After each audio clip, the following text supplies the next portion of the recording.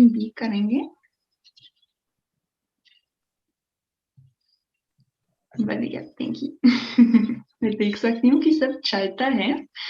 Okay, so this will be a bilingual panel. हम दोनों भाषा में करेंगे. And my name is Alena Kahle. I am part of the EU-India Summit organization team, and I'm here today to carry on a topic that we've been talking about quite extensively before on a very structural level, and now we'll take it down to the individual level.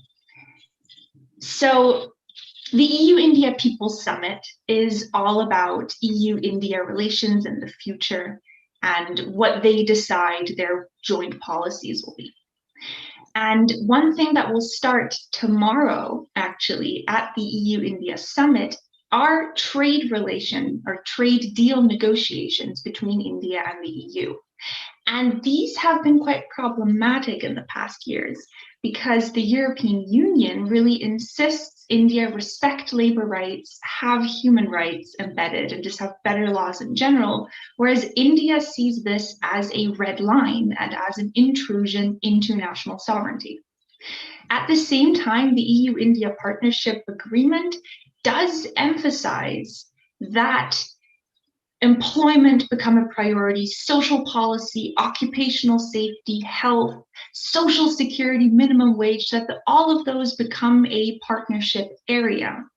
So with this tension in mind of India kind of not wanting to compromise on some things and give in and still seeing this as a partnership area, we're going to look at the three things that need to be guaranteed, I suppose, if we want to improve the labor conditions of people, namely changing laws, making people aware of their rights, and then enforcing those laws.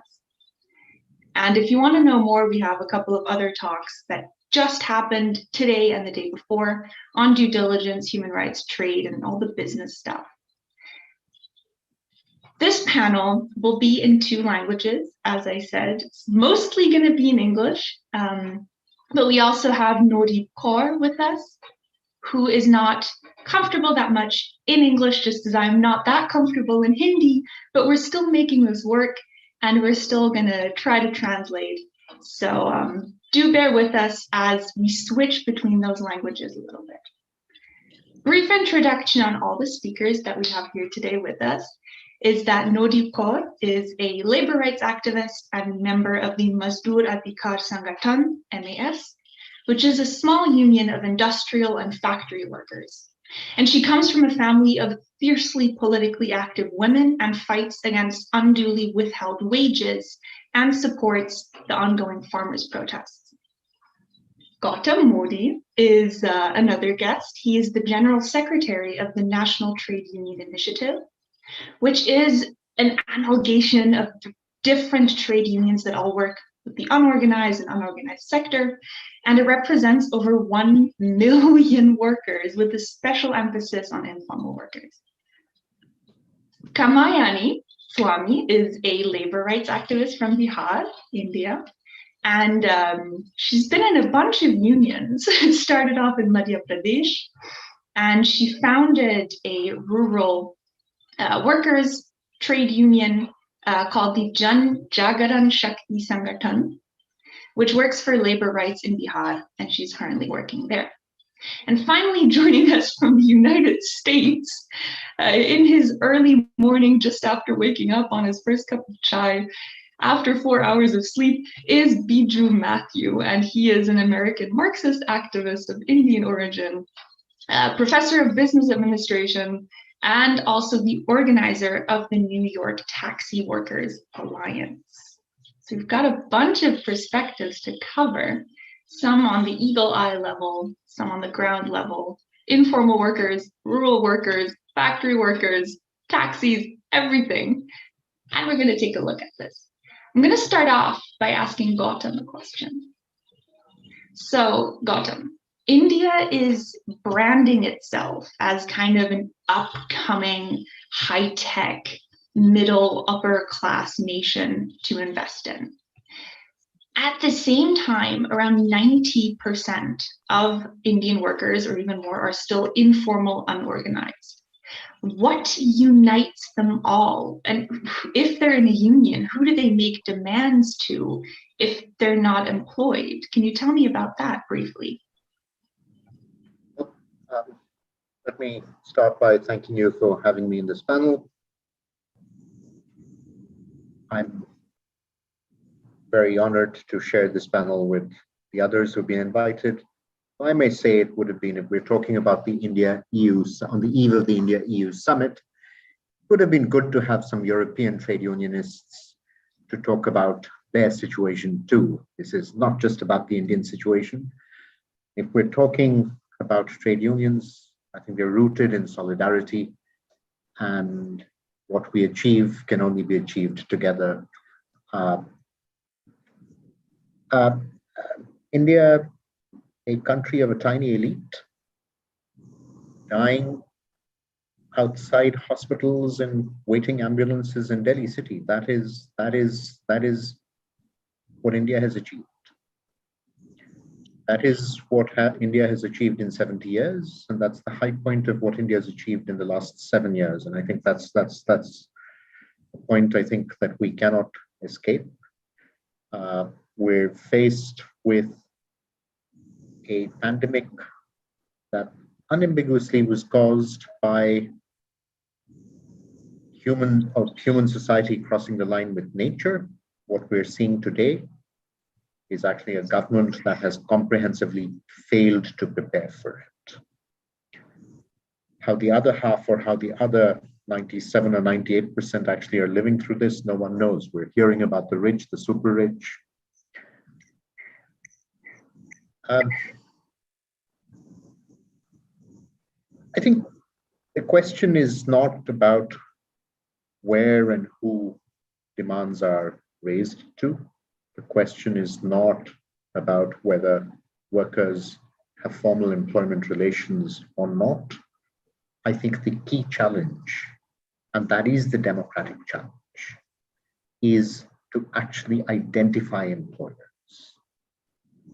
Reality is everybody is employed in the supply chain, wherever that supply chain may begin or end. The informal sector is a construct that is not separate from the economy, but actually embedded in the capitalist economy. It actually subsidizes, it helps to lower costs, most of all, lower the cost of workers in order to subsidize expanded capitalist accumulation. So the biggest challenge is actually the challenge, which I'd call a democratic challenge, of identifying employers, of nailing down employers, of ensuring that government calls into accountability that employers exist and must bear their responsibility. And so if there's a fundamental challenge, and where's that challenge addressed? The challenge has to be addressed to the freedom of association, the right of workers to join unions, the right of workers to join unions of their choice, the right of workers to create unions of their choice. You can put out— Thank you, Gautam. Thank you for that really clear introduction to the fact that how we discuss labor internationally is embedded in a framework that comes from a specific biased position, and that it might not be that helpful to think in those terms. On this note, I have a similar question to Kamayani. She has turned off her camera briefly, so there she is, wonderful. Kamayani, same question to you, actually. India is branding itself as this upcoming high-tech nation. Does this mean that, for instance, rural workers are completely neglected, or do people still care about them, and are they visible in the debate, in the discourse? 1 second, please unmute yourself.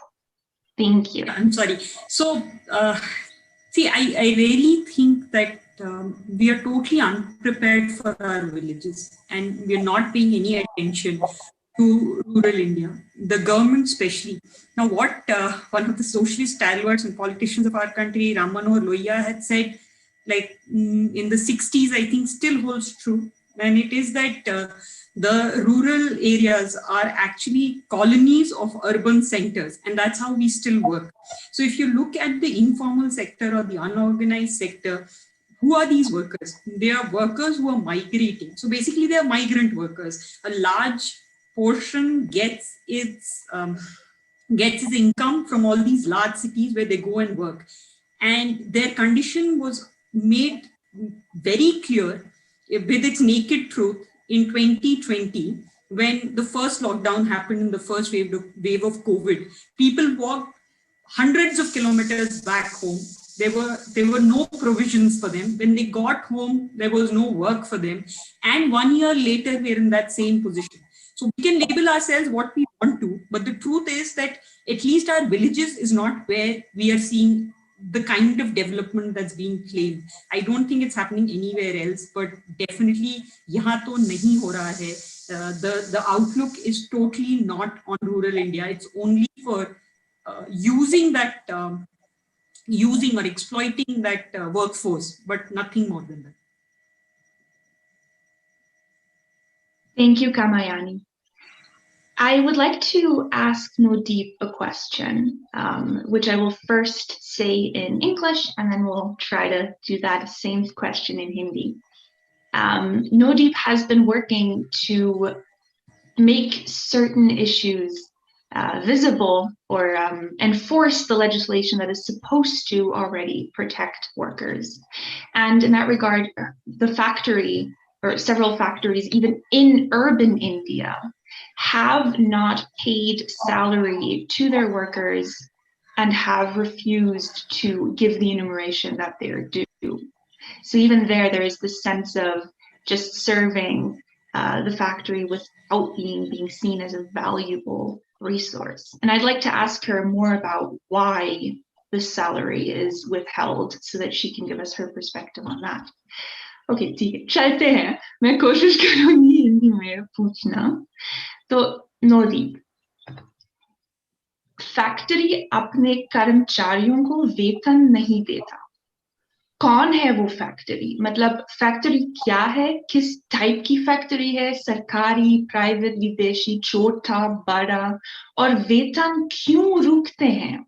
और आप इसके खिलाफ क्या कर सकते हैं? मुझे please बताइए. Thank you.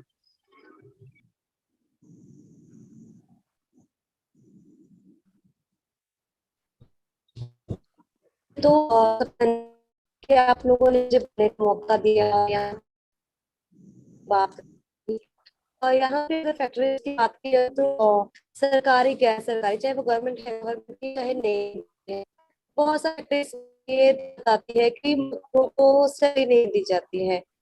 जब मजदूर अपनी सैलरी लेने के लिए पहले तो उनको बहाने बनाए जाते हैं कि आप कल आइएगा, परसों आइएगा, या फिर कुछ दिनों की बात की जाती है. फिर उसके बाद मजदूर को पहचानने से इनकार कर दिया जाता है. तो ये इंडिया में मुझे लगता है हर एक एरिया की, हर एक फैक्ट्री एरिया जो होता है उसमें ये आम बात है, क्योंकि हम लोगों ने वो रियलिटी देखी है. आज भी हम लोग देखते हैं कि कभी किसी को कोई दिक्कत हो जा रही है, या फिर किसी का हाथ कट जाता है, पैर कट जाता है, किसी की मौत हो जाती है, तो तब भी उनको कुछ नहीं मिलता है. और ऊपर से उनको दबाने की कोशिश की जाती है, या फिर गुंडों की तरफ से या फिर पुलिस की तरफ से धमकियां दी जाती हैं. तो ये आम बात है. ये फिलहाल जो हमारे पास जो ये घटना है वो तो जो भारत के हरियाणा जो डिस्ट्रिक्ट में कुंडली एरिया है, यहाँ की घटना है. लेकिन जो जब हम लोगों ने और सारे मजदूर संगठनों से बात की है तो ये हर एक एरिया की घटना है. लेकिन हम इसके लिए क्या कर सकते हैं? वो एक ही रास्ता है हमारे पास, वो है रेवोल्यूशन. उसके लिए हम लोग को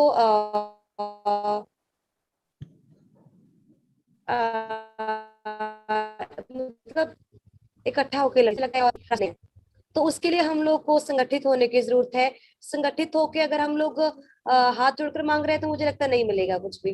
तो संगठित होकर अपने हक छीनने की है. जो हमारे राइट्स जो नहीं मिलता है, तो हमारे लिए सिर्फ एक ही रास्ता है, वो है संगठित होकर अपना संघर्ष करना और उस संघर्ष के जरिए अपने हकों को जो हासिल करना. Thank you. ये बढ़िया था, थैंक यू नोदीप। आपकी कनेक्शन थोड़ा से अनस्टेबल है, तो आप वीडियो बंद करें, फिर हम आपका समाज कर सकते हैं। Thank you. Okay, we've just told Nodeep to turn off her video because her connection isn't that stable. Could someone briefly translate or summarize what Nodeep said? Those are quite some strong, clear words. Kamayani, you're raising your hand. Go ahead. Thank you. So Nodeep basically says that these wages are withheld, or what is being done is just exploitation, and purely that they can go ahead and do this and there'd be no voice would be raised. She also goes ahead and then I'm just summarizing. Then she says that the only way to get our rights is to take it away. Don't beg for it, you won't get it. What we need is a revolution. Indeed, I did get the gist that those were strong words. I love that this perspective is that we're not compromising here, but really saying what is what people affected think. To take this on a little bit more detailed level, I'd like to ask all of you what the structures are, what the decision-making processes are. I'm aware that in Germany, for instance, if a company wants to reduce its salaries or change the working hours or make any such decisions, they have to involve the workers' council in a company. And that workers' council is often composed of representatives of trade unions. And therefore, ideally, there's that discussion. Is there, in theory, such a process too? Not necessarily in, the high-tech, wonderful companies, but are there any similar, at least intentions of having participatory decisions in the average working place? I'll ask you, Gautam. Very specifically, we don't have a law that allows for works councils, but we certainly have a law that permits the existence of unions, or at least have had until now. And prior information and consultation are written into that law. Now, the point is, when Nodeep says, and she used the word "cheen," Alena, that is to grab our rights or to wrest control of them. I mean, I think we must recognize is that rights exist on paper, rights exist in the statute book, but our experience has been, unless there are very, very strong unions, it's impossible to ensure the kind of situation we're talking about, which is the right to prior information, the right to consultation, and the right to object, which is the fundamental aspect that is included in the right to collective bargaining. That said, and I think it's important that this is not a one-way street, I think a European trade unionist would also join this discussion by saying that temporary workers of an increasingly large number, migrant workers of which there are ever increasing numbers, especially in Western Europe, are not necessarily part of this consultative process. And while their base standards may be a little better than the base standards in relative terms, the base standards of workers in India, the fact that they don't enjoy trade union rights is something that we must consider. I would also love to have a perspective of a European trade unionist and really send a bunch of emails and try to mobilize. Unfortunately, they all seem to have either taken a holiday, which is well-deserved, or we're otherwise busy. So that's why we did get on board Biju for the United States perspective, hoping that that will at least somewhat resemble the conversation and make up for that, indeed, that loss. On that note, Biju, now that you've had your first cup of tea in the morning, you pointed out in conversation with me that this trend of informal work is really expanding across the globe, that there is much more precarious work around the world, much more, that gig economy, short-term job prospects. And how do you see unions in that regard? Are, for instance, I don't know, Uber drivers or any type of gig economy, are unions there helpful? And give us a quick overview of the story. Thanks, Alena. And I'm just going to repeat what Gautam, Kamayani, and Nodeep said in different ways. But starting off with, if you just take the first and second answer that Gautam gave, if you start out of the principle of democracy, then it's a matter of identifying who is actually employing a worker. That is, every worker is stuck in is in a relationship of labor with an employer, somebody from the capitalist class, and so that's there. And then it's a matter of in informal trade union structures, you might have consultative processes, but informal, quote unquote, unorganized sector workers do not. And that is the expanding pool. I think what we have to realize is that since the 1970s, internationally, there's been an enormous growth in informal work. In other words, while countries like India, we did not, quote unquote, gain, or rather, we did not end up with a situation wherein more workers ended up in the, quote unquote, formal unionized sector. Whatever gains in the West that we had made between the early 1900s, about 1920 till about 1970, over that 50-year period, from the 1970s, there's been an assault on that in terms of trying to destroy unions, taking away various welfare structures, etc., that had been hard fought and won during this period.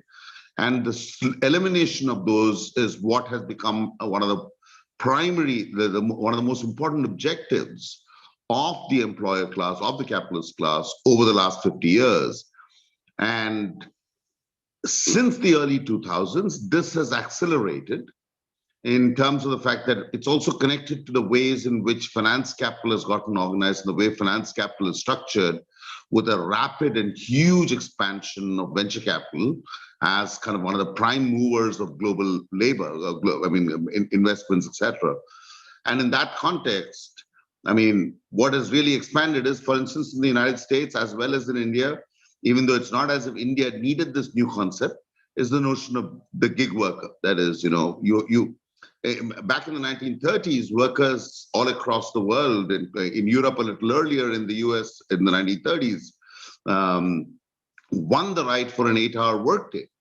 Now we have workers in the United States, for instance, people whom I work with in terms of organizing, who Uber drivers, Lyft drivers, etc., who are working, who start work at, let's say they work a regular job for 8 hours, then they cannot make their ends meet.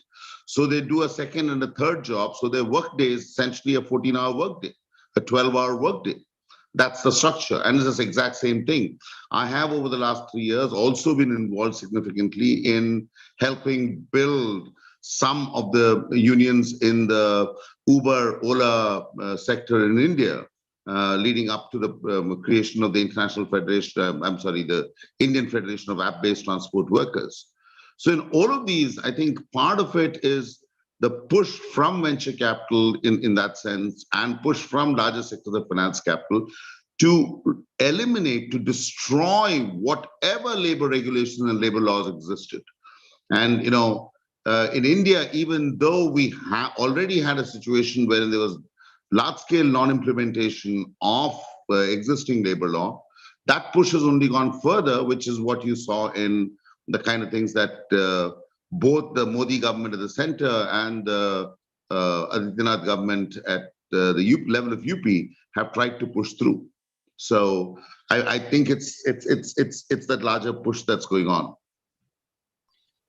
I'm really grateful that you're bringing up the Uttar Pradesh government labor law revocation, because I do want to talk about that too.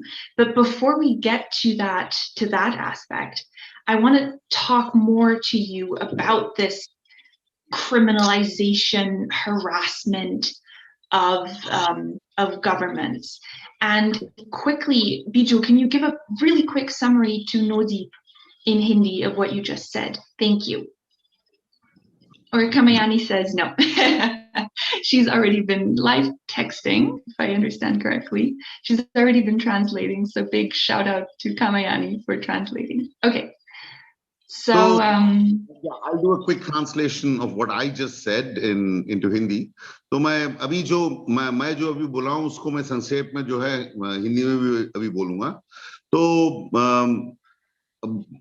मेरे तरफ से मेरे से सवाल पूछा गया था कि इंटरनेशनल लेवल पे, यानी कि मैं अमेरिका में हूं, मैं न्यूयॉर्क से बात कर रहा हूं अभी फिलहाल, तो मेरे से पूछा गया था कि इंटरनेशनल लेवल पे कैसे चल रहा है ये जो लेबर लॉ की इम्प्लीमेंटेशन और जो कंसल्टेटिव प्रोसेस होते हैं. यूनियन जब बनती है तो यूनियन मालिक और मजदूर यूनियन होने के नाते उनके बीच बात होती है, उनके बीच एग्रीमेंट बनती है और उसके हिसाब से सब कुछ चलता है. तो इसके बारे में मेरे से सवाल पूछा गया था, तो मैं उसके जवाब में ये कहा कि बाहर, यानी कि आप यूरोप में लीजिए या अमेरिका में लीजिए, तो 1920, 1925 वो जमाने से लेकर तकरीबन 1970 तक मजदूर जो है काफी कुछ जीत चुके थे. यानी कि फॉर्मल यूनियन बनाए और उसके जो रूल्स होते थे कि किस तरह से कंसल्टेशन होना था, किस तरह से एग्रीमेंट बनने थे, वो 50 साल में जितने बने, वो 1970 के बाद हमारे मजदूर यहाँ पे भी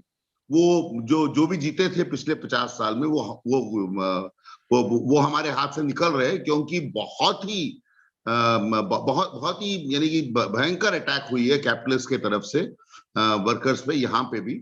और आज के तारीख में ये जो गिग वर्क जो बन के आई है उसके वो उसका एक सबूत है कि जैसे कि फाइनेंस कैपिटल, यानी कि बैंक और ये इन्वेस्टमेंट कैपिटल और ये कैपिटलिस्ट क्लास में जो फाइनेंस वाले हैं, वेंचर कैपिटल, उन्होंने जिस तरह से धक्के देना शुरू किया है, ये जो ढांचा बना था यूनियनों का उसको तोड़ने के लिए पिछले 50 साल में, तो बहुत ही महत्वपूर्ण है कि हम ये समझे कि यहाँ पे भी, यूरोप हो या अमेरिका हो, यहाँ पे भी इसके तहत जो है टूट रही है और हम नए यूनियन बन रहे हैं जो ये जो नई अटैक है उससे मुकाबला करने के लिए नए यूनियन भी बन रहे हैं.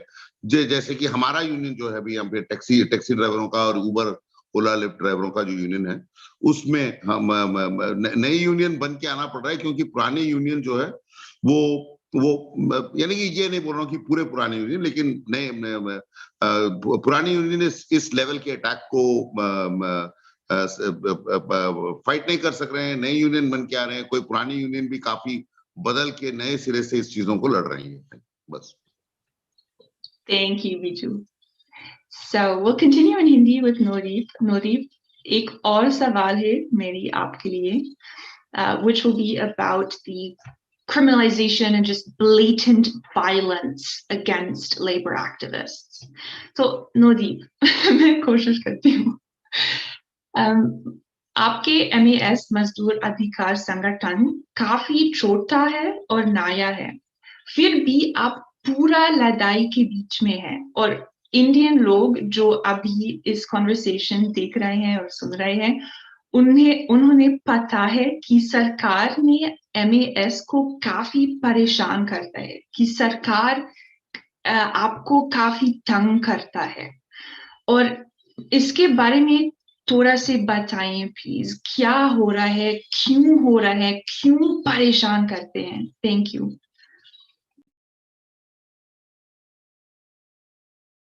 आप म्यूट पे हैं.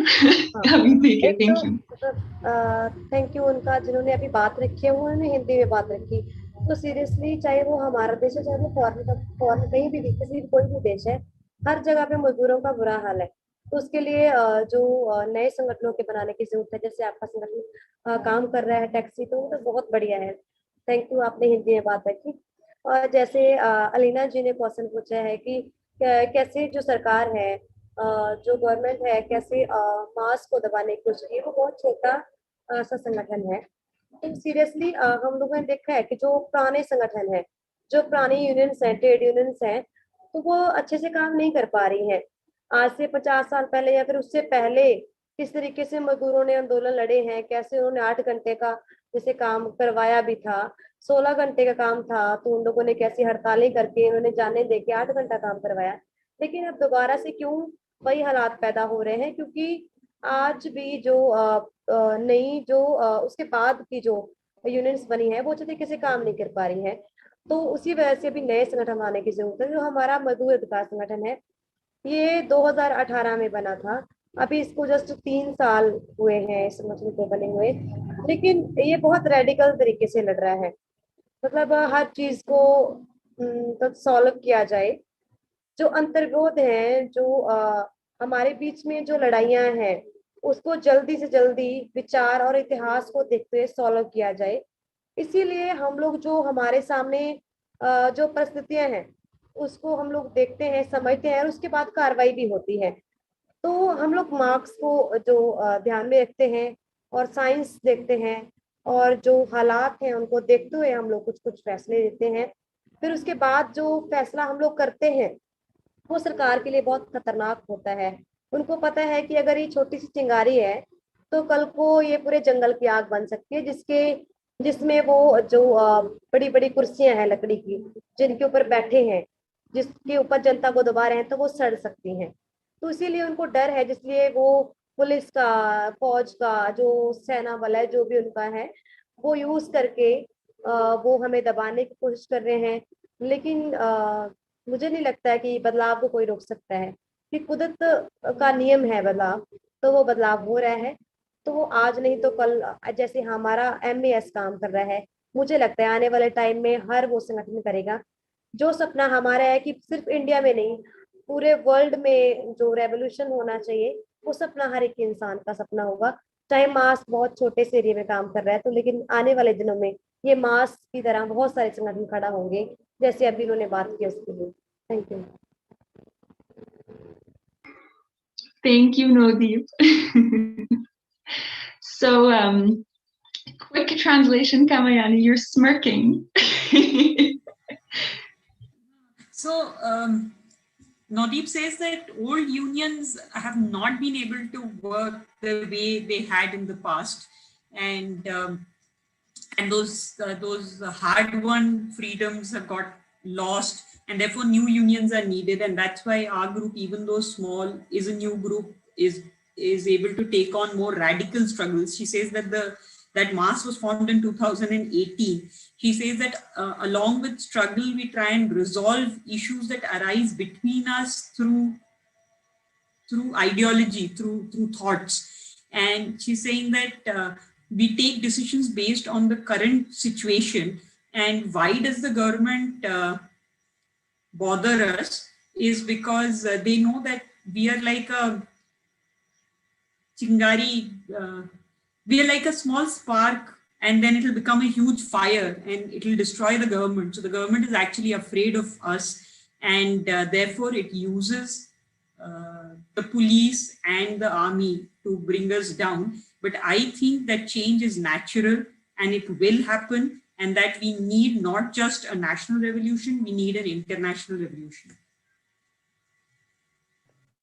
Thank you very much. That does resonate with what the others have been saying too. And here I give to Gautam again to get that, I guess, sense of despair and Nodeep's hope into something concrete, hopefully.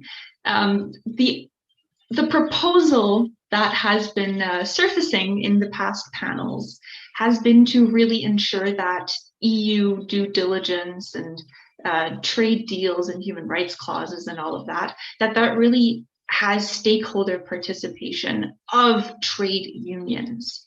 And unfortunately, some of the people who have been working with the European Union have pointed out that once people actually try to get workers to the negotiation room, the companies and the suppliers just walk out and say, no, not talking to this will limit us too much. So what hope do you have for something as new and revolutionary as MAS, Nodeep's union, to ever be taken seriously by a, say, foreign company or somebody who's supposed to be talking to the workers whose lives they will affect.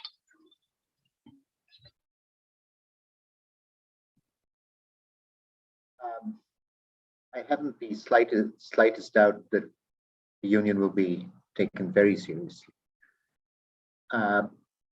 Because what they're committed to building is union power built on the back of the strength of their members. And a union that does that, and does that in a concentrated and focused way, is bound to succeed. You know, when you cross a threshold in union power, employers, unless they're suicidal, and it's not as if capitalism does not throw up employers who engage in mindless class action that causes self-harm. But there is, it's not improbable that there will be some employers who will talk to them. I mean, you know, this is not the forum in which we ought to be talking about how a particular union or the union movement at large ought to move strategically at this point in a particular dispute with a particular company. But I believe that if there is that determination, they will most certainly meet that challenge. And we've seen that ability in them to make sacrifices, making sacrifices, and being able to take the hit while still carrying on. Is the capacity that I think with which alone you can fight capital. That said, and this is not about the union we're talking about or about new unionism, but it's about the framework of the compliance law. At the end of the day, the compliance law and frameworks such as the compliance law are social democracy within the imperialist framework. German Chancellor Angela Merkel today said that Germany would not revoke the patent on COVID vaccine. Now, I mean, I can't think of something more abhorrent than that even the most abhorrent WTO rules allow for revoking a patent globally in a pandemic proportion. And what we're seeing today, what we're seeing in India, what we're seeing in the global south, the absolute unequal reach of the vaccine, the unequal reach of medical care. What is medical care? Medical care is a wage good, it's a social good, it's everybody's right, it's every worker's right. And we're still seeing actually healthcare, what should be an elemental right of a human of human society in the 22nd decade or the third decade of the 20th century, being held to profits and private patents. That is the struggle, and it is that which is going to be the renewed when Biju talks about struggles from a century ago, and we're looking at young activists born in this century taking the movement forward, or nearly they close to this in this century, the last decade of the last century.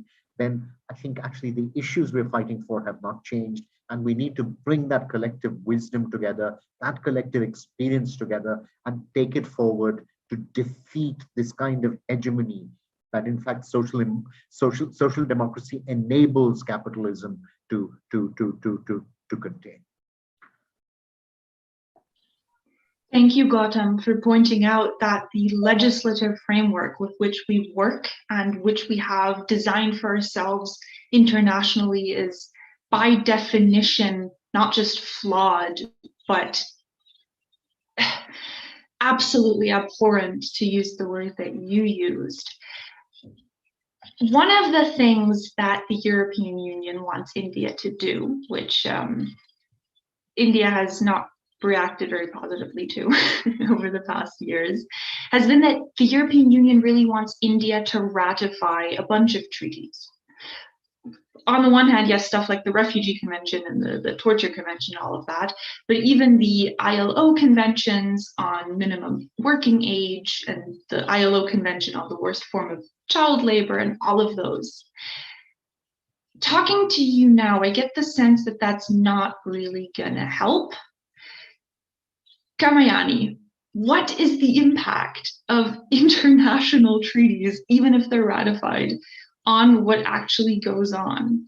We know that the answer is it's not much, but give us a little bit of a view whether you think pounding on India to ratify some conventions is really a waste of effort or something we can do. No, so it's not like it's pointless. I mean, this is something I always think of how, like, even if we think of Nodeep's example, the fact that at such a young age, with such motivation that she's working, and what does she get in return? Months of jail, abuse, physical violence. So one thinks about what then makes us just go on. And that's because we believe that, I mean, there is hope. Umeed par duniya kayam hai, that you have to hope and that change is natural. So in that sense, any little thing somewhere, like there's this thing going around, right? That injustice anywhere, an attack on justice anywhere is you complete it for me later. But so similarly, any act of, any good act will also impact us in some way, and it will be a positive impact, no doubt. But the way things are right now, if there is something, and you started the panel today by talking about it, that the EU has been talking about human rights and putting it there very strongly in terms of the relation between India and the Union. I think what is critical at this point for us is to save our democracy. If we don't have a democracy, then any of these panels or any of this talk doesn't help us much. And one of the reasons I immediately signed up, and I've kind of prepared myself about what I want to say. And if there are, and there'll be a European audience which is going to hear. And I was just thinking, and I was getting very emotional. I wasn't sure if I wanted to say this, but I just want to. And that is that it is ironical that I, sitting in India today, should talk about what is happening in my country and how the government is clamping down on workers of democracy who are raising this voice. It's being authoritarian, it's being majoritarian. And Europe has seen the biggest impact of what that can be. I mean, you've seen what fascism can do to a whole world. And yet here we are repeating history after decades, after a century. So it is a very uncomfortable situation. And if there are human rights issues which are placed out there clearly by other countries for India, I think it's really going to help us, yes. Thank you. I'm really sensing that this is not as depressing as I had thought this talk would be. You really are giving some hope, while still making very clear statements about the fact that if there is no democracy, we won't get far. And this brings us to one topic that was addressed earlier, which is that a lot of states in India, some states more than others, are really becoming authoritarian, in line with the general government trend of becoming more authoritarian, which we've laid out over this week of panels. And often this happens in the name of economic growth. The other speakers have already pointed that out, how capitalism is inherently based on that exploitation of people.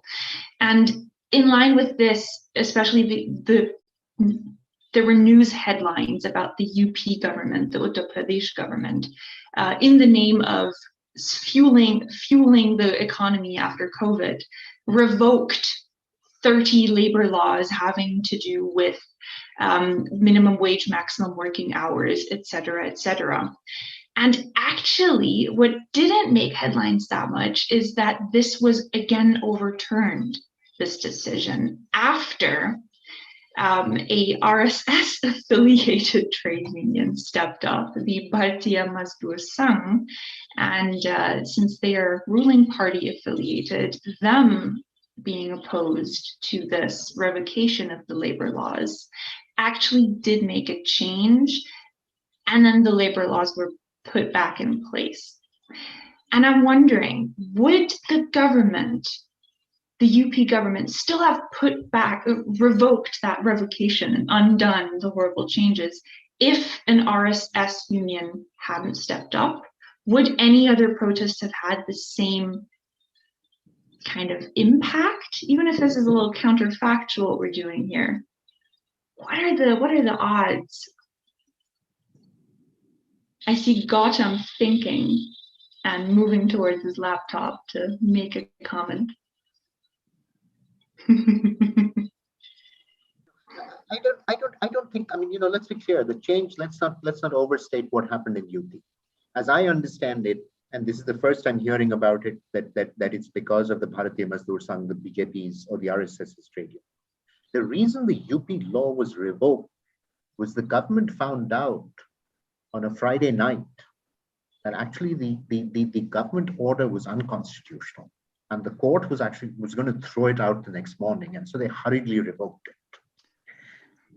You know, the BMS there's been a concerted effort over the last 5 or 6 years to create a parallel caucus of unions who are in opposition to all progressive traditions of the Indian working class, and that's being led by the BMS.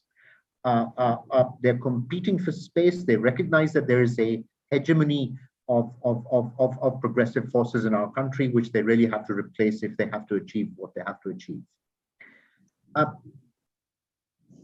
And it's that hegemony that they're seeking to force. The BMS sort of, you know, walks the careful line because they're losing members. They're losing members in the so-called formal sector. They're losing members amongst the publics in the public sector. So they need to look and sound militant or progressive or standing with the working class for that purpose. I mean, there's nothing but that. I'm just going to take a minute more to you know. Finally, the struggle today that's taking place in India is between the idea of progress, which is profoundly rooted in the democratic spirit of the human being. Our right as individuals, as communities, as peoples, as nations to take decisions for ourselves, as opposed to an authoritarian, homogeneous stamp of one religion, one way of life, one clothing, one type of food on the table, one language. That is the tension. And they recognize ideologically extremely well. The Hindutva movement recognizes, the RSS has recognized for the longest period, its greatest adversary ideologically is the forces of progress, the forces that are broadly, in the broadest sense of the term, socialist, wherever you place yourself on that spectrum. That is big. I mean, at the end of the day, the right wing, the Nazis never had a written down ideology beyond one autobiography or something else. I mean, the idea of progress is the idea of progress of the human society, of how we live better lives, how we have better music, how we have better culture, how our kids grow up, how our schools are run. That it's to defeat that. The working class movement, as they see it, is where it's centered, where we replicate ourselves, where we recruit our young, where we build the next generation, and where we fight the fight in which we draw out capital into conflict. And this is why they attack us. This is where a lot of that energy is focused. Of course, yes, it's focused on short-term profits of capitalists in terms of cutting down the minimum wage, breaking union rights, being able to subordinate workers even more. But there's a much more ideological agenda driving against working class organizations, against progressive militant fighting working class organizations.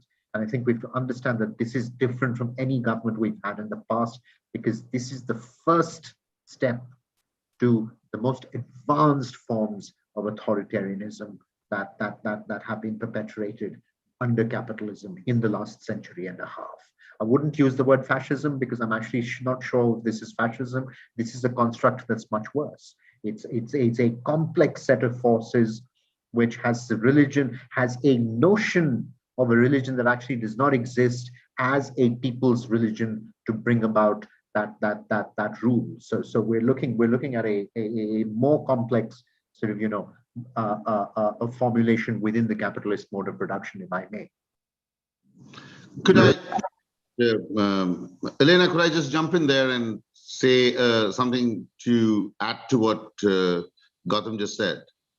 You may. I was about to ask you if you have a comment, so go for it. Yeah.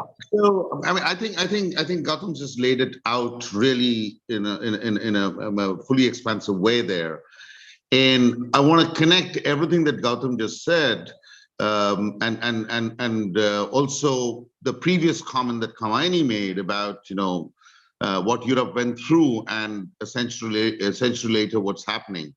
I want to take these two comments and connect it back to your original question. What does it mean to talk about treaties? What does it mean to talk about bilateral trade, et cetera, et cetera? And I want to simply submit that, I mean, basically what's happened in the last 50 years is that the right wing, the right wing across the world, the ultra-right, the supremacist movements across the world, figured out various ways of outflanking liberal left formations. Of course, with the support of the capitalist class, of course, with the support of the state structures where the capitalist class embedded itself, right? So I'm not saying that it is just some kind of magically brilliant thinking on the part of the ultra-right supremacist movements and the capitalist class that they managed to do that outflanking. Essentially coming out of the colonial experience, coming out of, I mean, all of the, kind of socialist pushbacks within Western Europe and the emergence of the Soviet bloc, etc.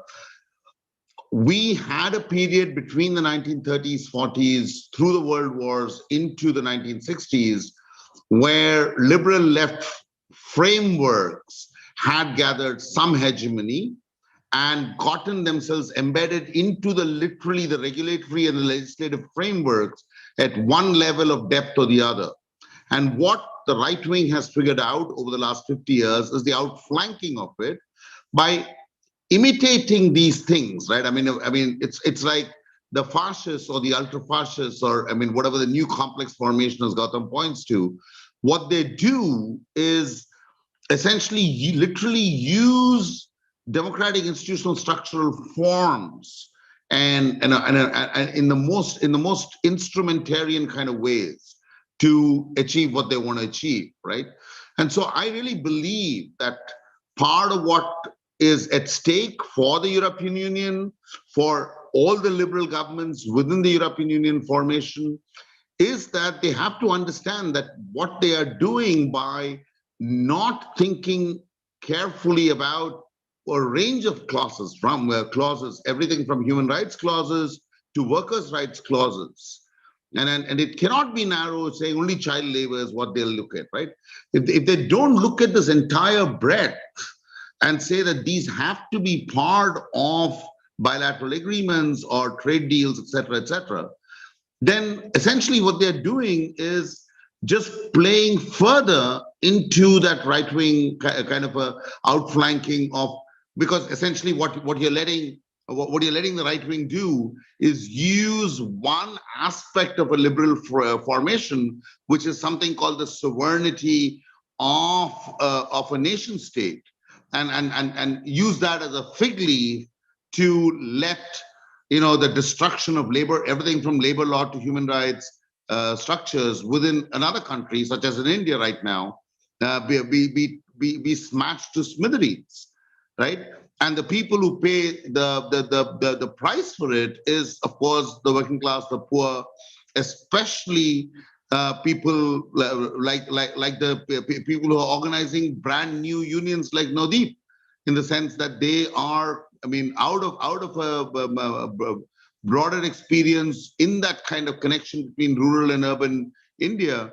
I mean, people like Nodeep and groups like hers, are organizing, and they're the ones who, even before they get started, feel the impact of this authoritarianism, right? So I mean, I don't think European governments, especially governments that and party formations or union formations that have a claim to liberalism of any sort, can walk away from this, or at least hide behind the fig leaf of national sovereignty or anything like that. I mean, the only reason, I mean, forget even governments, but if the union movements in all of these countries, whether it's the United States, whether it's EU, if they really don't take this seriously, It's because there are some there are 3 or 4 working classes in this world. There's the kind of aristocracy among the working class, and then there is all the way down to what's happening to Nodeep in Haryana and Punjab, right? So, I mean, it's like you keep, and if some of the quote unquote better off unions behave that way, if they don't put the pressure on their governments to do what is required in terms of a set of international standards, then essentially what you're doing is, making sure that your little slice of working class, let's say, rights that you managed to fight and win, you think you can retain it somehow. Whereas actually, moment you have another working class below your layer of working class, you're going to destroy all of it sooner than later, right? So I think European unions, American unions, the larger ones, liberal governments, liberal parties, liberal formations of all sorts really need to see that unless you're able to do this, putting some kind of an international frame into place, you're only going to destroy yourself in the long run. But in the short run, you're going to let, the neoliberal authoritarianism of the worst kind run amok in countries like India. I will just quote you like that, send it in, and then we will see the magic work. Thank you, Biju, for those very clear and strong words. I'm seeing the others smile or at least nod in agreement, showing that this does resonate with everybody here in the virtual room. I want to focus again a little bit on COVID and the changes that have happened because of that. But before we do that, let me just ask my translation support team if there is any translation needed, or if Nodeep has been in the loop. Nodeep, क्या मेरे दोस्त आपको सब हिंदी में translate करते हैं? सब ठीक है आपके साइड पे? अनुवाद हो रही है या नहीं? अभी जो कामयानी जी कर रहे हैं, थैंक यू सो मच कर रहे हैं। सुन के मैं बहुत खुशी हूँ। ठीक है। One thing I want to ask.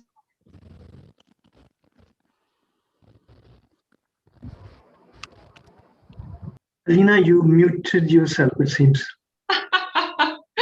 There we go. Okay. मैं अभी कामयानी को कुछ पूछना चाहती हूँ। ये है COVID और rural workers के बारे में. So I would like to ask Kamayani, since COVID had this massive migration movement of people back to their hometowns in Bihar, everywhere in the rural parts, there was a large talk, mainly by middle class, upper caste people about, oh, we have to create jobs. Oh, we need to make sure that once they get home, they have economic security and some income source. And then the talk about that stopped after it left the headlines. So what's the update there? And what is this idea of creating jobs for the rural people? What misconceptions is that also premised on? So in terms of creating new jobs, I think, one is that India has the Rural Employment Guarantee Program. Now, the National Rural Employment Guarantee Program is like a very ambitious program, probably one of the largest in the world, which guarantees any worker who asks for work when they are in their own village areas. That in 2020, when the first lockdown happened, nationwide lockdown happened, it was useful, but it's not like it created new opportunities, because this was an existing commitment of the government of India and the state governments that they would provide this work. Other than that, from the first wave to the second wave now, we've almost had a year. At least in Bihar, I can say, I definitely am thankful that we don't behave like our next door neighbors. So yeah, I mean, when you start talking about Uttar Pradesh, the revocations there, then I would definitely say that Bihar has done better. even, and I think Gautam would also be talking about it at some point if we have time today, but the kind, like 39 or 30 laws that they wanted to take back, labor laws in UP, that didn't happen in Bihar. There was only one labor law that was tampered with only for the period of the lockdown. But are there new opportunities after that? At least I don't see. If there was some fundamental work in this last 1 year in which new industries came up, in which we said we are a primarily agrarian economy, 60-70% depend on agriculture. So let's have agricultural production boosted. So let's have subsidies come in, or let's have incentives for the farmers. We didn't see anything. In fact, today is the 7th of May. On the 5th of May, there was a statewide call in Bihar to just ask the government to buy grain from the farmers at minimum support price. Now, that's not something we should be arguing about at this stage when we are coming into the second phase of COVID and another statewide lockdown till the 15th of May. Third, are we talking about small scale industry, or are we talking about cottage industry or large industry? Any industry based on agriculture, don't hear any of this. Definitely there'll be something that's happened. I mean, a year is a long time and things happen, but is there a plan? Don't think so. In 2020, in the first lockdown, the government announced, and I'm going to read the translation in English, PM Garib Kalyan Rozgar Yojana, which translates to a scheme for welfare of the poor. The scheme was not an independent scheme. Again, it banned on existing infrastructure and work of the NREGA, the National Rural Employment Guarantee. And that act itself is compromised if you think about it. Fundamentally, I'm saying, in many ways, though it was very helpful. The minimum wages, and minimum wages, I'm not saying living wages, I'm not talking about the ILO commitment. I am saying minimum wages the country defines. Right now, it's 275 rupees in Bihar, in the whole state. And what is the worker being paid in employment guarantee program work site? They're paying 198 rupees. So then the government is saying it will give minimum wages, and it itself is giving less than minimum wages, and there are no explanations, and it's all fine by the law. So I guess we are in some absurd times, but if we think about how global capital works, I guess it all makes sense at some level. So maybe a little bit of what all of us as a panel are saying is that there are things fundamentally wrong, and we are all obliged across country borders to sort of respond to the crisis that we have at hand. Thank you. That again does shift the conversation to a rather grim angle.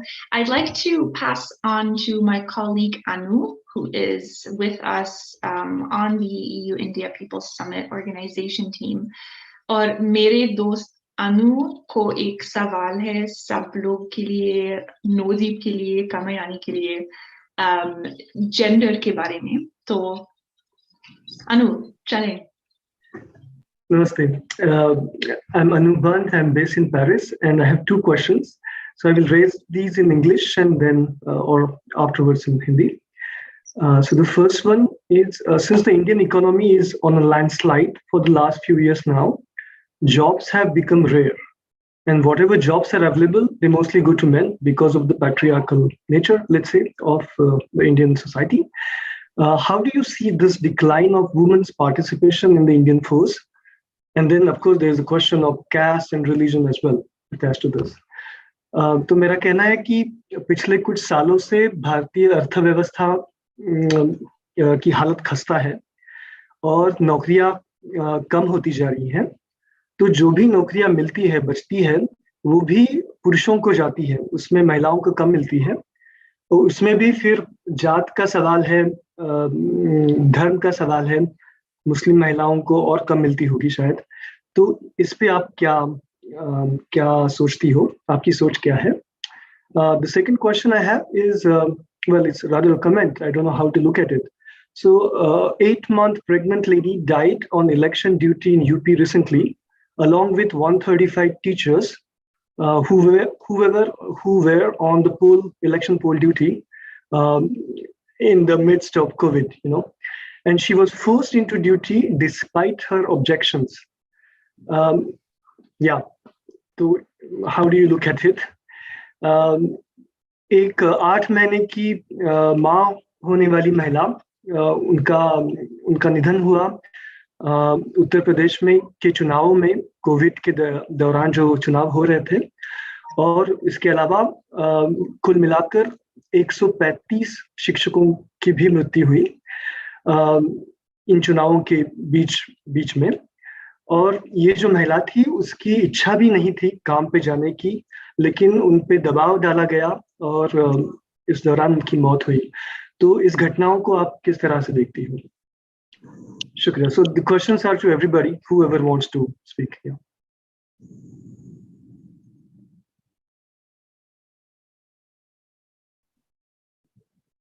Sorry, I think I said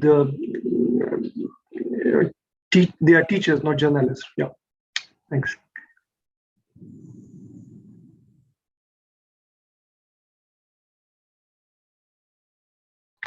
Who would like to go? Is this Nodeep? आप जवाब देना चाहोगी नवदीप? मतलब सही बात है कि यहाँ पे कोविड के दौरान लगातार बहुत सारी चीजें हुई हैं। सिर्फ हम लोग एक महिला का मुद्दा ना देखें तो मुझे लगता है कि बहुत सारे ऐसे मतलब उदाहरण हैं जिसको देखकर रूह कांप जाती है कि ऐसी ऐसी चीजें हुई हैं। लेकिन मैं अच्छे तरीके से सवाल नहीं समझ पाई। नहीं, पहला सवाल तो था कि जो महिलाओं नौकरियां कम हो रही है क्योंकि अर्थव्यवस्था खस्ता हालत है, तो और भी मुश्किल है महिलाओं के लिए पुरुषों से भी, तो उसको आप कैसे देखते हैं? देखो, जो महिलाएं हैं वो सबसे ज्यादा पीड़ित जो तबका होती है। हालांकि आधी आबादी औरतों की है और आधा हिस्सा औरतों का होना चाहिए, लेकिन जो इंडिया में देखा जाए जो मतलब फ्यूडल मानसिकता है या फिर वो और भी बहुत सारी चीजें हैं, तो वो महिला को एक निजी संपत्ति की तरह देखते हैं। तो महिला को उस तरीके से नहीं समझा जाता कि वो काम करे या उसको हिस्सा दिया जाए। तो वो मानसिकता सिस्टम में भी है। हम लोग ये नहीं बोलते कि ये पूंजीवाद है, कुछ भी। वो फ्यूडल मानसिकता ही एक जो कारण है जिसकी वजह से महिलाओं को वो सैलरी नहीं मिल पा रही है, ये महिलाओं को उनका हिस्सा नहीं मिल पा रहा है। तो ये रियलिटी है, हमारी रियलिटी, क्योंकि कास्ट के आधार पर, जाति के आधार पर मतलब ये सारा कुछ महिलाओं को क्यों सहना पड़ रहा है? क्योंकि महिला एक फ्री की लेबर जो बनाया गया है उसको। और ये तभी मुमकिन हो पाएगा जब तक लोगों की राजनीतिक चेतना विकसित नहीं होगी। तो अभी हमारे बीच में फ्यूडल मानसिकता है जो सिस्टम के अंदर काम कर रही है, जिसकी वजह से महिलाओं को उनका हिस्सा नहीं मिल पा रहा है। शुक्रिया। प्लीज ट्रांसलेशन कर दीजिए मेरे लिए और ऑडियंस के लिए। Thank you. Yeah, I think if I can say very shortly, what she's trying to say is that we shouldn't really focus on one example, however severe and distressing it is, because in general, the situation of women in India is green, and in particular also because of the feudal nature of the society, which continues to be so. Yeah. Okay, thank you very much. There's one question coming up in the Q&A about the Can I come farmers in on this? movement. Can I come in on this? Yes, one? absolutely, Gautam. Go ahead. Yeah, I mean, I completely agree that we shouldn't take one example, use one example to amplify the situation. That said, what the incident, if true, represents the most egregious forms of forced labor. It's not just there are maternity laws, there are various other kinds of laws. There's a right to take a weekly off. The counting happened on a Sunday. The election counting happened on a Sunday. So there are multiple issues here, and I think it's important to call out the fact that it's possible to actually violate every possible law and do so rampantly. But there is a larger question of gender, and it's not just that, these are roots of feudalism, but I think we have to recognize 2 or 3 centuries into capitalism that capitalism has, someone called it the most dynamic mode of production, a great European philosopher of the 19th century. And it is the most dynamic mode of production yet. its dynamism includes its capacity to absorb pre-capitalist forms of social exploitation, discrimination, and extraction, and build them into the capitalist system. Patriarchy is central, if one thinks about it, to capitalist exploitation. What's happened in India over the last 5, 6, 7 years, but actually a little more than that, is that the aggregate of new jobs has shrunk. It's also a population that has an increasing life expectancy. So homes, including working class homes, need to care for the elderly. It has working class people who aspire to their children enjoying better lives in the future and social mobility. So they're spending more and putting in more time and energy into childcare and into their education. So the net of the fact that there are fewer new jobs created, which go to men, and women then bear the domestic burden entirely, including caring for aging parents, etc., means that there's a comprehensive sort of push of women outside from not just from the process of accumulation, but also from the structure of the family, where they are made to perform certain tasks. I think that's that. I mean, I think we have to look at it in all its senses, because the rate at which women's participation, I mean, at the face of it, we have a very low employment rate in India, because employment is computed based on some absurd definition of the 1950s. But actually, if one looks at the rate at which women's participation in economic activity, and especially in employment, has fallen, and particularly in wage employment, it's stark and startling. And I think it augurs for a regressive society that women are so alienated from active participation in the economic space. It means actually really just their loss of control in multiple ways, which needs to be recognized, and it needs to be recognized by the trade union movement. I think we haven't recognized it enough. We're not vigilant enough on this issue, and I think it should really trouble us. The point you're raising about again and again about capitalism and the current economic system really being based on divisions is again coming out so clearly. The idea of the work week, as we see it in India with a lot of my colleagues and friends working 10 hours a day, is inherently based on having somebody at home who can take care of the rest. And there's abundant literature on this, wonderful literature. But hearing it from you in those non-academic terms always does help. Kamayani, you'd like to comment on this? So I just feel, and one of the things that I think connects to how unions should look at this is that, usually unions are focused on economism. So we are focused on, let's say, what kind of work conditions, what kind of wages, and things like these. And there are ample examples of going beyond economism. I think we need to refocus our attention to it. And that's why somewhere I also said that just the fact that Nodeep is able to negotiate between caste and class, and being a woman, that's another identity we carry, and that's so critical. Because it's very easy to get divorced from the class struggle when you don't see representation, or you don't see the kind of voice lent to the struggling working people. In that sense, I feel that when you are part of a union, you have to look at the economics, the social and the political aspects of our lives. And here I just want to say, just in case, and I'm sure everyone in the audience would have seen, but there is this film called Salt of the Earth. It was banned in the US, and it's about miners. But the interesting thing is, when I saw it, it was dubbed into Hindi, Hindustani. And then all of us got to see it. And I couldn't believe that these were Americans, because it's a black and white film. People look like us, and the look is also not that Caucasian. And I kept thinking maybe it's just our story. But what happens is, and there's this one part of the film in which the women go out picketing, right? And so the things have changed. And I think it brings us back to that. I mean, how do you see women's participation, even as unions? I mean, I understand that there is informalization, there are less jobs. And so women are anyway, with their fear of us out there.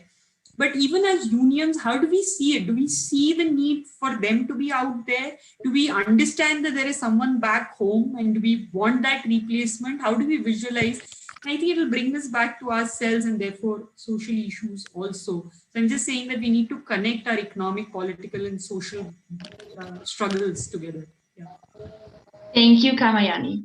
We're slowly coming to the end of this, and अभी रुकने के पहले मेरे एक और सवाल है नोदीप के लिए, और फिर इसके बाद हम सब बंद करते हैं और रुकते हैं कॉन्वर्सेशन. तो नोदीप,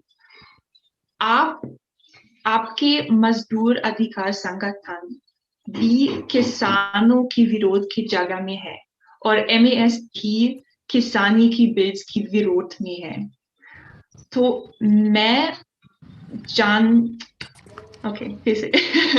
तो अलग अलग संगठनों आपस में मदद कैसा करते हैं और दूसरे देश के संगठनों भी मदद कर सकते हैं? क्या रिलेशन है, क्या रिश्ता है? बिल्कुल, जैसे आपने एक क्वेश्चन पूछा है कि कैसे किसान और किसान आंदोलन में मजदूर भी मतलब साथ दे रहे हैं, और क्या मतलब एक कंट्री की बजाय मतलब और लोग भी क्या साथ दे सकते हैं, क्या रिश्ता है? तो मुझे लगता है सबसे बड़ा रिश्ता है विचारधारा का. हमारी विचारधारा क्या है? तो मार्क्स ने सिर्फ और सिर्फ एक कंट्री के लिए नहीं लिखा था, तो मुझे लगता है उन लोगों ने सबके लिए लिखा था. वो दो वर्गों की बात करते हैं कि एक वर्ग दूसरे वर्ग को दबा रहा है, तो मतलब इसको बदला जा सकता है. तो सिर्फ एक के लिए लागू नहीं होता, वो हर एक इंसान के लिए लागू होता है, वो हर एक देश के लिए लागू होता है. तो सबसे बड़ा रिश्ता विचारधारा का रिश्ता है. जो समझता है कि सच में जो लूट हो रही है हमारे देश में या फिर कहीं पे भी जो इंसान वहां पे रह रहे हैं, उनको सच में लग रहा है कि जो इंसानों की लूट हो रही है, एक वर्ग दूसरे वर्ग को लूट रहा है, तो अगर उनका विचार जो मिलते हैं, तो वही विचार है जो आपस में मिलाता है और एक दूसरे के साथ खड़ा होने की ताकत देता है. और वही जो हमारे यहाँ पे किसान आंदोलन में जो लोगों की मांग है, वो यही है कि जो सरकार है लगातार से जैसे काले कानून लेके आ रही है, ऐसे लॉस लेके आ रही है कि जनता मर रही है, जनता के ऊपर थोपे जा रहे हैं, तो वो सभी को इफेक्ट करने वाला है. तो इसीलिए हम लोग उनका साथ दे रहे हैं, क्योंकि ये सभी की लड़ाई है और ये एक साम्राज्यवाद के खिलाफ लड़ाई है. उस लड़ाई में हम लोग एक विचार के साथ जुड़े हैं, जिसकी वजह से आज मजदूर और किसान एक हैं, क्योंकि वो एक दूसरे के विचार को समझ पा रहे हैं. बाकी मुझे इतनी ज्यादा समझदारी नहीं है, जितनी मुझे समझ थी मैं जवाब दी. मुझे लगता है काफी चीजें मैं गलत भी बोल सकती हूँ. I think. Thank you. नहीं, एकदम सही. Absolutely. Biju, would you like to comment on the question that I asked, which was for the non-Hindi speaking audience, about the support that different unions and different organizations can give to each other, even if they, on the surface level, pretend to, or allegedly, as per their description, struggle with different problems, what the relations between those unions should be? Sure, and I'm sorry I'm not on video because I think for some reason my video has gotten switched off and it doesn't come back on, and that's fine. So just very quickly, I know we are running out of time, Alena, so I'll simply say that there is, in the context of a new global politics, in the context of kind of, and I mean, we are living in a world which is at this point so globalized that I don't believe that there's much of a chance of any national formation to succeed without necessarily a strategic deployment of the international scale. Every national formation, whether it's a union, whether it is some other human rights formation, every single one of those has to have a scaled up international kind of a strategic set of relationship that they're able to deploy. And I think this is equally true, or rather it becomes even more true in the case when you have the kind of authoritarianism that is, smashing its way through India right now. I think part of what the task of various international organizations, is to build or is to come through in solidarity with the organizations in India, build a scale up outside so that as space shrinks in India, there is enough space to that's created, and through those additional spaces in kind of a contiguous way, create the possibility for resistance. And I think, I mean, for me, I'll simply say that among international organizations, I find there are two very clear classes of this, where there are a lot of unions. For instance, we just created something called the International Alliance of App-Based Transport Workers, which is 23 organizations that are working together from across the world that are all app-based transport workers. Uber, Lyft, Grab, Bolt, all these things. Now, there's a very interesting way in which that federation is working, where there is a daily concern about the very working conditions that drivers are going through in different countries. There's a very there's a response to that. Whereas there are other organizations that are completely stuck looking at some of these international connections purely at some strategic or tactical level. And I think you have to go, I mean, I'm not saying that the strategic or the tactical kind of understanding is not unimportant, it's absolutely important. But I also do believe that you really have to build your politics initially on a very different set of principles and then arrive at the strategic relationship. So that's all. I'll stop there. I like that you used the word strategic relationship here, really adopting from that official terminology between the European Union and all its partners, and just saying, hey, that's not just something that governments need to do, it's what we all need to do. We all need to get together and really step up for this common mission. Kamayani, last words for the day.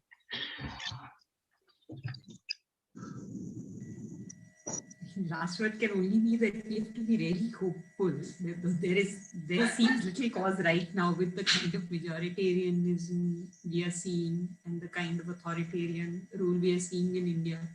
But our hope is that all these international connections, all this, I mean, at some level, it's also this, I mean, I come from a point of pride in the Indian nation that I think we'll be able to come out of this, and not just in terms of labor rights, but human rights, and that we have to move forward, challenging capital, yet looking within and making the social, political, and economic connections of the struggles we are part of. Thank you for having me. Wonderful. I see Gautam is currently on the phone. So while we wait for him to prepare his final words and to give his last vision and hope, I am really grateful for all of you for being here, and will now give to Gautam for his final words. Thank you. I mean, I'm sorry, this is I'm really sorry for getting on the telephone. But no problem. You have important work to do. This is totally fine. This is really an incredible situation we have on our hands. It's really about ensuring hospital beds for people out here. That's what the call was about. You know, I want to go back to what Kamayani said 2 interventions ago, when she talked about the Rural Employment Guarantee Program. The Rural Employment Guarantee Program is, at the end of the day, social protection. But it's social protection at poverty levels where so-called wages under the NREJ are kept well below minimum wages. Now, today, we're at a point where we can see across the world, including in advanced capitalist countries, that capitalism simply does not throw up necessary jobs.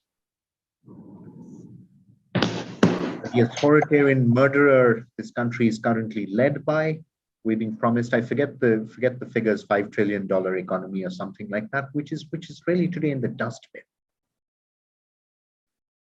What there is a profound jobs crisis. And that jobs crisis and that crisis of livelihood and of living at an acceptable and just level in a democratic society is what's profoundly at stake. And if the European Union wants to address the issues that go forward, then I think it has to address the issues going forward of its own in solidarity with the Global South. And that is where this can begin. Otherwise, we're looking at more of the same and more of advancing an imperialist project in the global north and of subordinate authoritarians in the global south, which is what we are rapidly becoming as a country. Thank you again for the opportunity to be here. Thank you, Gautam. Thank you so much, Alena and everybody else. And Javim, Lal Salam to all my three co-panelists, Nodeep, Kamayani, and Gautam. Wonderful to be here on this panel. Bye-bye. Thank you, everyone, for joining us for this panel. Thank you, Alena, for moderating it. It was a very sobering note on which Gautam made his last remark. And we would continue to work in solidarity with you all in the coming days, and also to ensure that what you have said in this panel is taken care of and your voices are represented in the EU-India parliamentarian relations in the way that we can best push forward. So thanks, Alena. Alena, if you want to end it, then. मैं अभी मुझे पता नहीं है कि क्या कहना है कि मैं नोदीप मैं बिल्कुल ही खुशी हूँ आपसे मिलकर और सब हाँ मैं खुशी हूँ thank you thank you Alina, thank you सभी साथियों का जिन लोगों ने यहाँ बोलने का मौका दिया। लेकिन मैं माफी चाहती हूँ कि मुझे लगता है कि जो उम्मीदें बहुत सारे लोग मुझसे करते हैं वो अभी तक मैं सीख नहीं पाई हूँ। लेकिन मैं उम्मीद करती हूँ, आप सभी को विश्वास भी दिलाती हूँ कि जो आप मतलब उम्मीद करते हैं मुझसे, मैं जल्दी ही बहुत कुछ सीख के मैं लड़ाई को जारी रखूंगी। लेकिन अभी बहुत सारी चीजों का मुझे नहीं पता है। लेकिन थैंक यू सो मच, आपने फिर भी मुझे इस काबिल समझा। लाल सलाम जाती। La salam, shukriya. Thank you, everybody, and goodbye.